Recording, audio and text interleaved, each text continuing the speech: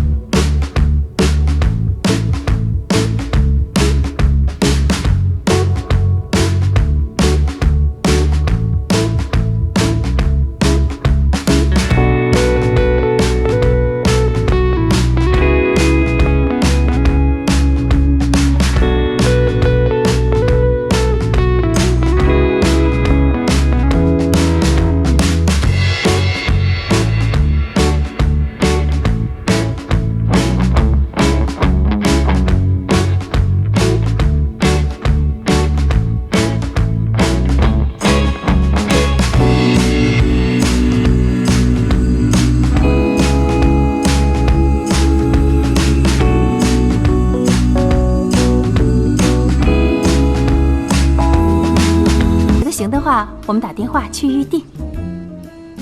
什么礼服，什么酒店啊？咱们家要办宴会吗？对，办婚宴。你跟陈明要结婚了？暂时还没有，不过迟早有一天会的。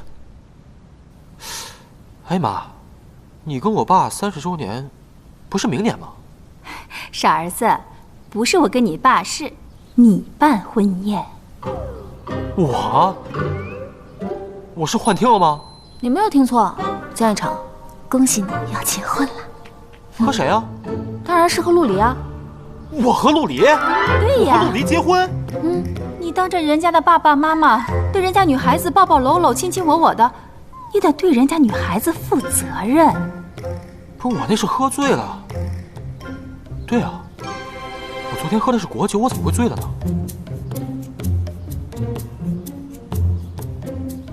江子腾，你是不是往里面掺白酒算计我？我就加了那么一点点，我让他办的。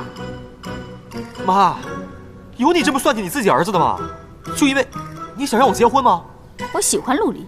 那你喜欢你娶她呀？江一成，你怎么跟你妈说话呢？